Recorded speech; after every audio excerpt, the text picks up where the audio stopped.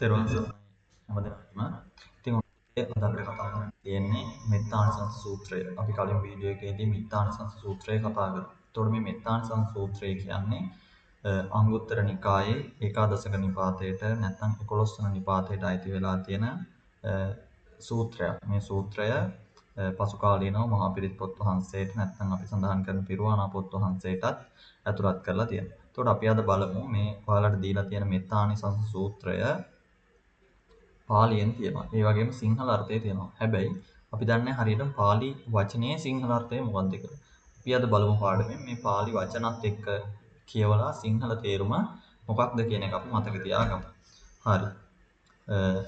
මුලින්ම තියෙනවා ඒවම් මේ සුතං ඒකං සමයන් භගවා සාවත්තියන් විහෙරති 제තවනේ අනාථපිණ්ඩිකස්ස ආරාමේ. ඔන්න පළවෙනියටම ඡේදයක් විදිහට තියෙනවා. මම මුලින් වීඩියෝ වල කිව්වාලට මතක ඇති.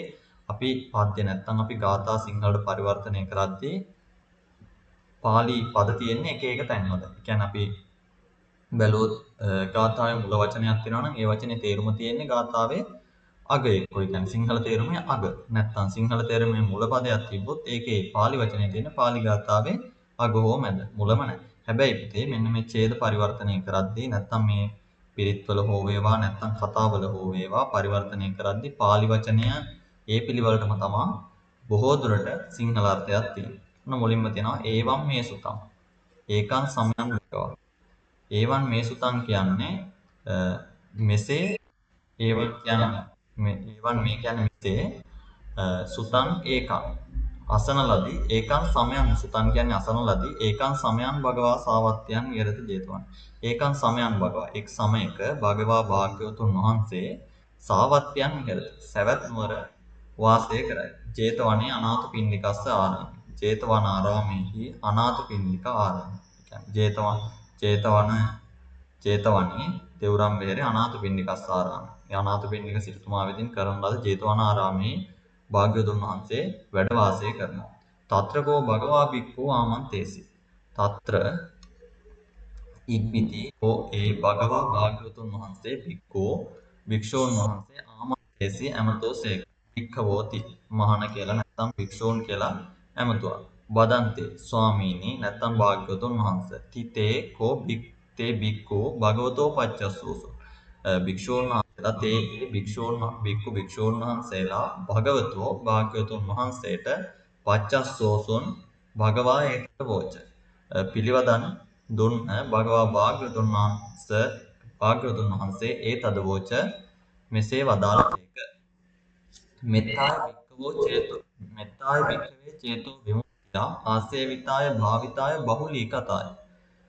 ඔන්න කියනවා අපි ඒක සිංහල තේරුම චුට්ටක් බලමු. ඔන්න පළවෙනි එකේ මෙන්න මම කියපු සිංහල තේරුම හරියටම බලන්න මේ විදිහට ඇති.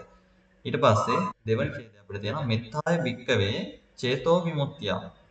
ඒකේ බලමු තේරුම මහණෙනි නිතර ඇසුරු කරන ලද වඩනා ලද බහුලව කරන ලද යානාවක් මෙන් කරන ලද පුරුදු කරන ලද මනා කොට ආරම්භ කරන ලද මෛත්‍රී පූර්වාංගම කොට ඇති නීවරණයන් කියන එක ඔන්න අලුතෙන් සිංහල තේරුමට එකතු වෙච්ච වචනයක්. මට ඒක තමයි පෙන්වන්න ඕන. මේ වරහන් ඇතුලේ දාලා තියෙන්නේ සිංහල පාලියේ නැති නමුත් සිංහලයේදී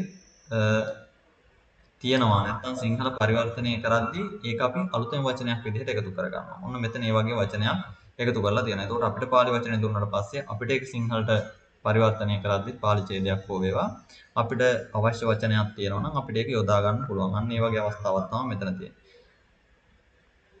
මිදුණු සිත නීවරයන්ගෙන් මිදුණු සිත නිසා අනුසස් 11ක් අනුසස් 11ක් කැමති විය යුත්තේය. ඒ කවරේද? ඔන්න ඒ අනුසස් 5ක් කැමති වෙන්න ඕන කියනවා. ඒ මොනවද අනුසස් 5 කියලා ඔන්න කියනවා. බලමු. මෙත්තාය භික්ඛවේ චේතෝ විමුක්තිය ආසේවිතාය. භාවිතාය කියන්නේ බොහෝ කොට කරන ලද. ආසේවිතාය කියන වචනේ මට අමතක වුණා. බලමු ආසේවිතාය කියන්නේ මොකක්ද කියලා. ආසේවිතාය නිතර ඇසුරු කරන ලද. ආසේවිතාය කියන්නේ නිතර ඇසුරු කරන ලද. භාවිතා කරන බහුලී කතාය බහුලව කරන ලද. යානි කතා යානාවක් මෙන් වත්තු කතාය අනුට්ඨිතාය පරිචිතාය පුරුදු කරන ලද. යානාවක් මෙන් පුරුදු කරන ලද. මනාකොට ආරම්භ කරන ලද. අනුට්ඨිතාය පරිචිතාය සුසමාරද්ධාය කියන්නේ සුසමාරද්ධාය සුසම්මාරද්ධාය කියන්නේ මනාකොට ආරම්භ කරන ලද ඒකාදසානි සංසා පාටිකංකා කතමේ ඒකාදස නීවරණයන්ගෙන් මිදුණු සිතක් ඇද්ද ඒකාදසානි සංසා පාටිකංකා කතමේ ඒකාදස එවැනි වූ පුද්ගලයන්ට ආනිසංස 11ක් තියෙනවා. අන්න 11 මොනවද කියලා තමයි මේ සූත්‍රයෙන් දේශනා කරන්නේ. ඔන්න මෙන්න තියෙනවා ඒ මොනවද කියන කරුණු 11. මෙන්න මේ ටික තමයි අපි විශේෂයෙන් මතක තියාගන්න ඕන. මොකද අපි ඉරිගහන ප්‍රශ්න පත්‍රයට ගොඩක් දුරට මේ වගේ ප්‍රශ්න අහන්න පුළුවන්. අරක අපි සාමාන්‍ය අපිට සිංහල තේරුම කියා ගන්න පුළුවන් වුණා නම් ලියා ගන්න පුළුවන් වුණා නම් ඇති. සුඛං සුපති. සුඛං සුපති කියන්නේ සුවසේ නිදයි. සුඛං පටිභුඤ්ජති. සුවසේ අවදි වේ. නපාපකං සුපිනම් පස්සති. කියන්නේ නපුරු සිහින දකින්නේ නැහැ. මනුස්සානම් පියෝ හෝති. මිනිස්සුන්ට ප්‍රිය වෙනවා. අමනුස්සානම් පියෝ හෝති. ඒ වගේම අමනුස්සයන්ට ප්‍රිය වෙනවා. දේවතා රක්ඛන්ති. දෙවියන් ආරක්ෂා කරනවා. මොනවද මේ නීවරණයන්ගෙන් මැඩගෙන සිටින නැත්නම් නීවරණයන්ගෙන් ඉවත් කරගත්තු මනාව වඩන ලද සිත තියෙන පුද්ගලයාට තමයි මේවා ලැබෙන්නේ. දේවතා රක්ඛන්ති නාස ඒ කියන්නේ දෙවියන් රකින්නවා. නාස අග්ගිවා විසන්වා සත්තන්වා කමති. කියන්නේ අග්ගි කියන්නේ ගින්න. නාස කියන්නේ නෑ කියන අර්ථය.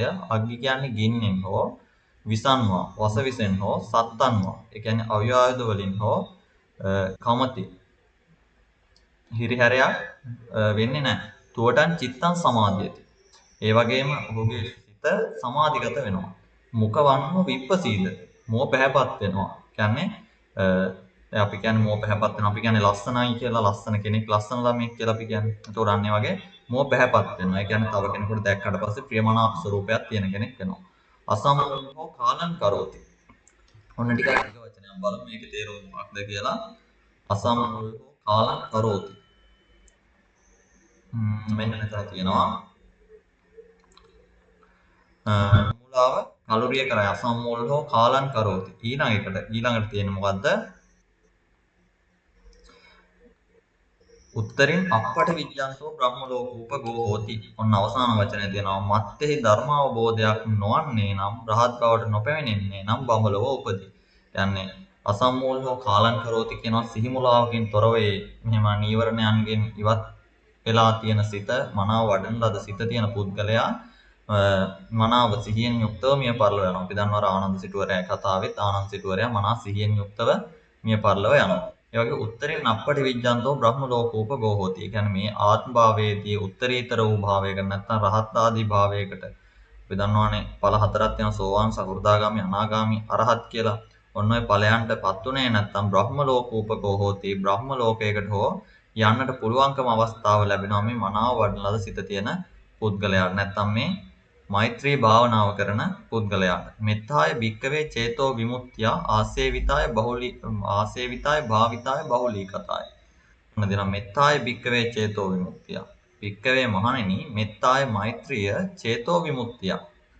මොන දෙනා මහණෙනි නිතර ඇසුරු කරන ලද වඩනා ලද බහුලව කරන ලද යානාවක් මෙන් කරන ලද වස්තුවක් මෙන් කරන ලද මෙන්න පදනම කියලා අලුත් වචනයක් එකතු වෙලා තියෙනවා.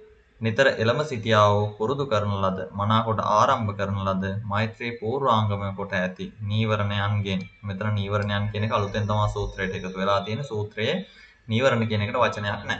මිදුණු සිත නිසා මේ 11 අනුසස් කැමති විය යුතුය. ඔන්න මේ තියෙන්නේ මේ ටිකේ මෙන්න මේ කොටසේ තේරුම.